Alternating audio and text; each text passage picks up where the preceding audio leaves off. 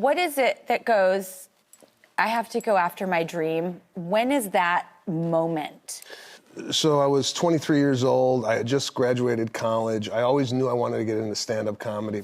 And then me and my sister, we drove out to Los Angeles from Chicago, and I arrived in 1998, and I just wanted to make a living doing stand-up comedy. There was no backup plan. There was like no time limit. I'm going to do this for 5 years. I was in it, and I always loved making people laugh, and here I am on the Drew Barrymore Show. I mean,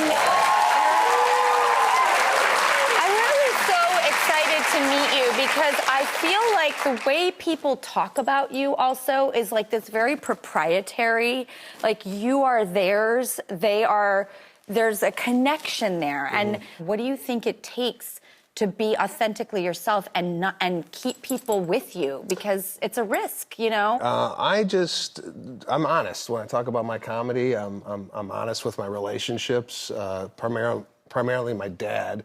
That's why I talk a lot about it in my comedy. I've like his way he grew up, the way he raised my sister and I. I also talk about my wife's side of the family. So I'm kind of... Does your wife ever be like, I don't want to be on this one? Or like, is she like, nope, fair game? No, my wife has got an amazing sense of humor. Her whole family is very cool with me kind of poking fun. My mother-in-law was just with her on Thanksgiving, and people ask her, do you mind that he makes fun of your family? And she's like, as long as he's putting food on the table, I don't care what he says. So, are you a mama's boy? I am. I'm a mama's boy. My mom is... Yeah, I don't really talk about her in my act, which she's kind of upset about. She's like, where am I? Is it because she's so sacred?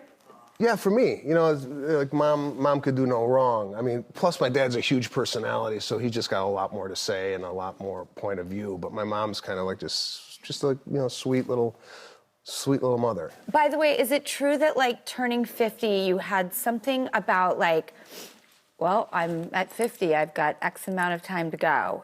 Is that true? I turned 50 this year, and I start to think, okay, I got, 25 years left, if that, maybe 30.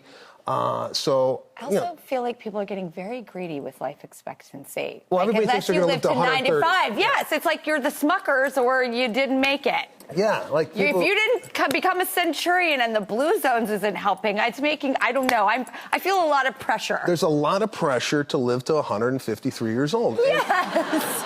And I feel like if you're not in an ice bath or a steam room, you're failing. I know. I didn't sleep last night. I don't know what you guys did, but I was up, till 2:30, 3 o'clock in the morning, just, because... Doing what? I have sciatic pain ripping down my right leg, like you wouldn't believe. And apparently I've been sleeping wrong my whole life. People say you got to sleep with a pillow between your legs. I'm like, when did that start? I mean, I sleep face down like I was shot. And now I can't feel my shoulders anymore. So, I don't know. Well, I have to say, I don't think you've ever looked better. You're, like, virile, fantastic. I do hope you live forever because everybody needs you on this planet. However, Marina, our producer, showed me your, is it your first 8x10? Can I share it with everybody? Yeah, go ahead. Okay, you guys have got to check. Hello!